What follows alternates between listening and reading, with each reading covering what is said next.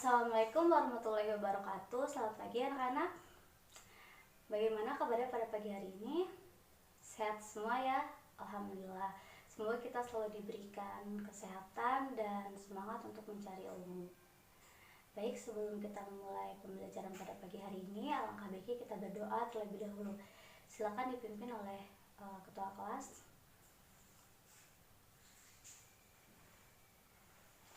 Semoga pembelajaran pada pagi hari ini dapat berjalan dengan lancar dan ilmu yang dipelajari nanti bisa bermanfaat.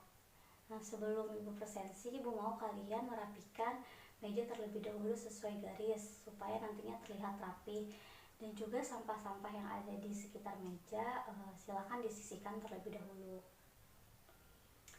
Sudah ya? Baik, Ibu mulai presensi. Hari ini hari Senin tanggal 22 Juni 2020. Tati Nur Hayati, Yuni Kartika, Relita, Musliha, Sri Rahayu, Anastasia Putri, Lulu Muktio.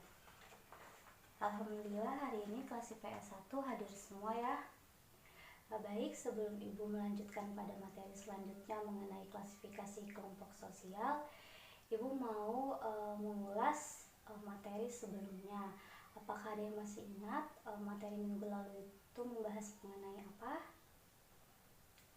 Ya, betul sekali Tati, materi minggu lalu itu membahas mengenai gejala sosial. Ada yang bisa menjelaskan gejala sosial itu apa? Betul Anastasia, jadi gejala sosial itu merupakan sebuah fenomena yang menandai permasalahan sosial. Ada yang bisa melengkapi pernyataan dari Anastasia? Ya, betul Sri. Jadi gejala sosial ini timbulnya di masyarakat dan juga mempengaruhi masyarakat tersebut. Nah, kesimpulan dari gejala sosial yaitu merupakan fenomena yang menandai permasalahan sosial yang dipengaruhi dan mempengaruhi aktivitas individu maupun kelompok dalam suatu lingkungan masyarakat. Dari materi gejala sosial, apakah ada yang masih ingin ditanyakan atau kurang jelas? Baik, kalau tidak ada, Ibu akan melanjutkan pada materi selanjutnya. Karena tidak ada lagi pertanyaan mengenai materi minggu lalu, Ibu akan melanjutkan pada materi selanjutnya, yaitu mengenai klasifikasi kelompok sosial. Silakan dibuka buku paketnya halaman 102. Sudah ya? Jadi dengan mempelajari klasifikasi kelompok sosial ini, Ibu harap kalian dapat menjelaskan klasifikasi kelompok sosial dan juga dapat memahami perbedaan bentuk-bentuk klasifikasi kelompok sosial menurut para ahli, dan juga nantinya kalian bisa mengenal keberaneka-ragaman kelompok sosial yang ada di masyarakat. Nah, anak-anak mendengar istilah kelompok sosial, adakah yang bisa menjelaskan sedikit gambaran dari kelompok sosial? Yang mau berpendapat silakan angkat tangannya. Baik, jika tidak ada yang mau berpendapat, Ibu akan menjelaskan definisi secara singkat mengenai kelompok sosial ini. Jadi kelompok sosial adalah sekumpulan individu yang terdiri dari 2 atau lebih manusia, mempunyai visi dan misi yang sama dari setiap individu, serta terjadi interaksi antara anggota kelompoknya. Nah, interaksi yang terjadi ini dapat berupa interaksi secara langsung maupun tidak langsung. Nah, kenapa sih Bu terbentuk kelompok sosial di masyarakat? Jadi terbentuknya kelompok sosial di masyarakat ini karena pada dasarnya masyarakat tidak ada yang bisa hidup sendirian, pasti membutuhkan bantuan orang lain. Selain itu, sejak Sejak kita dilahirkan menjadi manusia, kita sudah memiliki naluri untuk bisa menjadi satu dengan orang lain, dan kita juga pastinya membutuhkan bantuan dari orang lain. Nah, dari pengertian kelompok sosial ini, apakah ada yang kurang jelas dan ingin ditanyakan? Yang ingin bertanya, silakan angkat tangannya. Oke, baik, karena tidak ada jawaban, Ibu akan melanjutkan pada inti materinya. Terdapat 3 kelompok sosial yang akan Ibu bahas pada pertemuan kali ini. Yang pertama yaitu kelompok sosial berdasarkan ikatan antar anggota kelompok, dan yang kedua yaitu kelompok sosial berdasarkan interaksi antar kelompok, dan yang terakhir yaitu kelompok sosial berdasarkan struktur anggotanya. Dari masing-masing kelompok tersebut nantinya Ibu akan menjelaskan definisi secara singkatnya, dan juga Ibu akan memberikan contoh konkret kelompok sosial yang ada di masyarakat.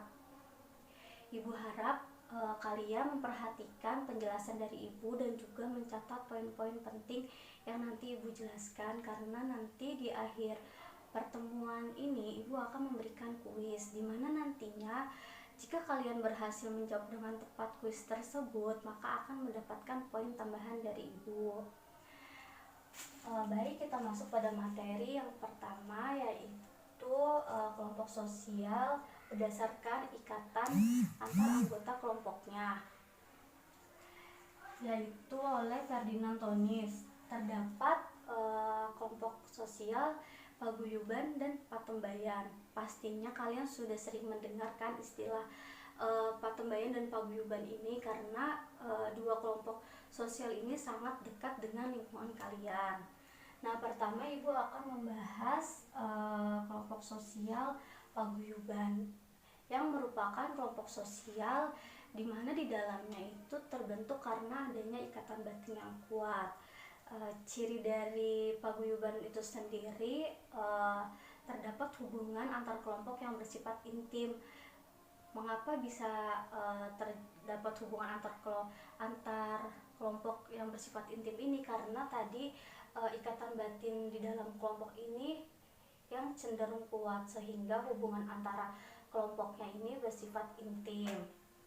Kemudian di dalam paguyuban ini terdapat 3 jenis. Yang pertama yaitu paguyuban karena ikatan darah, yang kedua yaitu karena kesamaan tempat, dan yang ketiga yaitu karena kesamaan jiwa dan pikiran.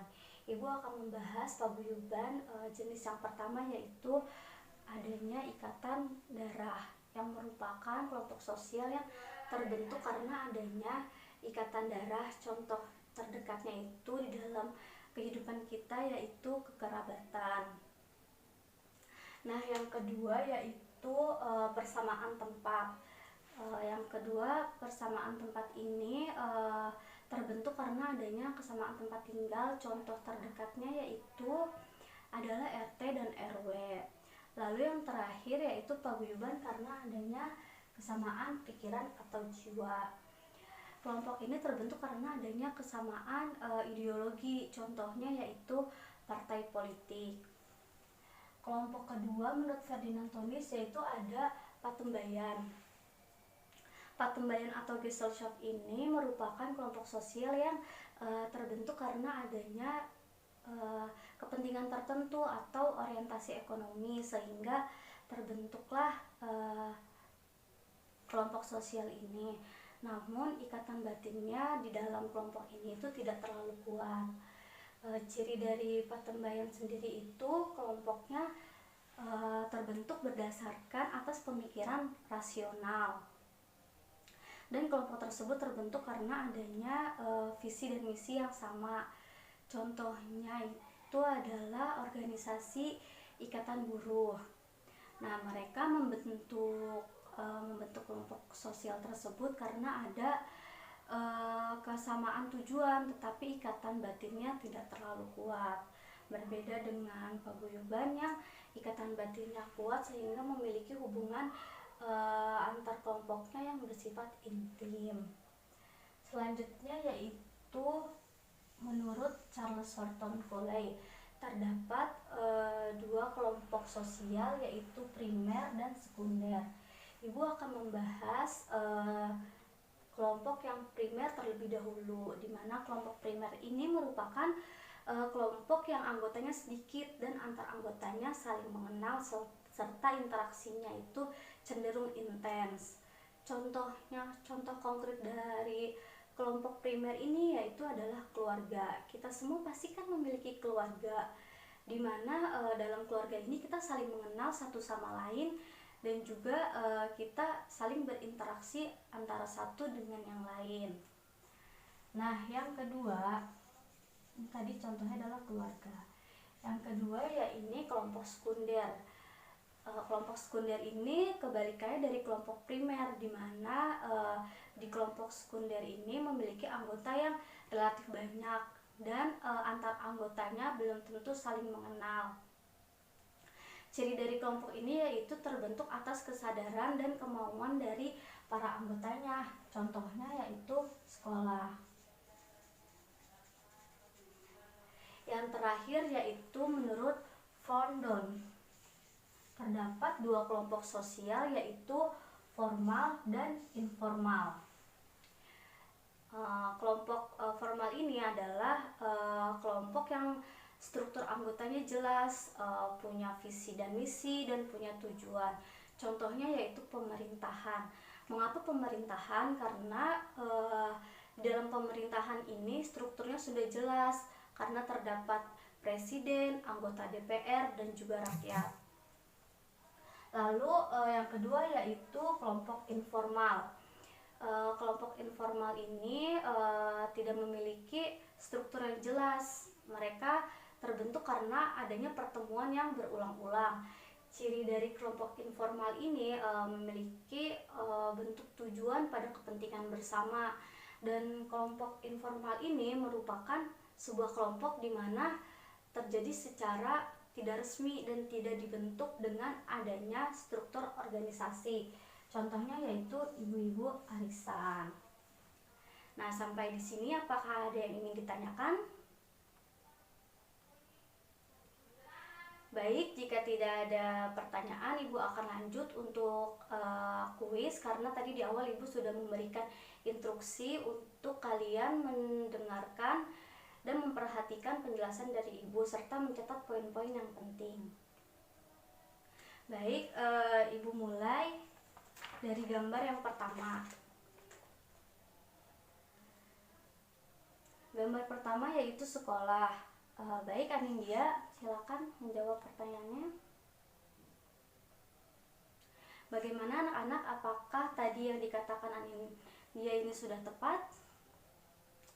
Iya, betul. Jadi Anindya ini menjawab bahwa sekolah merupakan kelompok sekunder, di mana kelompok ini memiliki anggota yang banyak dan belum tentu mengenal satu sama lain antar anggotanya. Baik, Anindya berhasil menjawab pertanyaan pertama. Nah, yang kedua ada ibu-ibu arisan. Baik, Ria, silakan. Oke, betul. Bagaimana anak-anak, apakah jawaban dari Ria ini sudah betul? Sudah tepat? Oke, betul ya. Jadi yang disampaikan oleh Ria tadi, Ria mengatakan bahwa ibu-ibu ini merupakan kelompok informal, di mana kelompok ini terbentuk karena pertemuan yang berulang-ulang. Nah, gambar yang terakhir yaitu keluarga. Baik, Gulam, silakan. Bagaimana anak-anak? Apakah jawaban dari Gulam sudah sesuai? Tadi Gulam menjelaskan bahwa keluarga ini merupakan kelompok primer, di mana kelompok primer ini anggotanya saling mengenal satu sama lain dan saling berinteraksi. Baik, kuis Ibu akhiri. Ibu akan memberikan kesimpulan bahwa kelompok sosial ini terdapat menjadi 3. Yang pertama, menurut Ferdinand Tonis ada paguyuban dan patembayan. Lalu menurut Charles Horton Cole itu ada kelompok primer dan kelompok sekunder. Dan terakhir yaitu menurut Fondon, di mana terdapat kelompok formal dan kelompok informal. Untuk materi ini Ibu akan memberikan kalian tugas. Tugasnya yaitu kalian sebutkan kelompok sosial apa yang ada di sekitar kalian, sebutkan sebanyak-banyaknya, lalu ditulis di buku tulis. Untuk tugasnya minggu depan dikumpulkan di meja Ibu ya oleh ketua kelas. Baik, sekian pada pertemuan kali ini. Kurang lebihnya mohon maaf. Wassalamualaikum warahmatullahi wabarakatuh.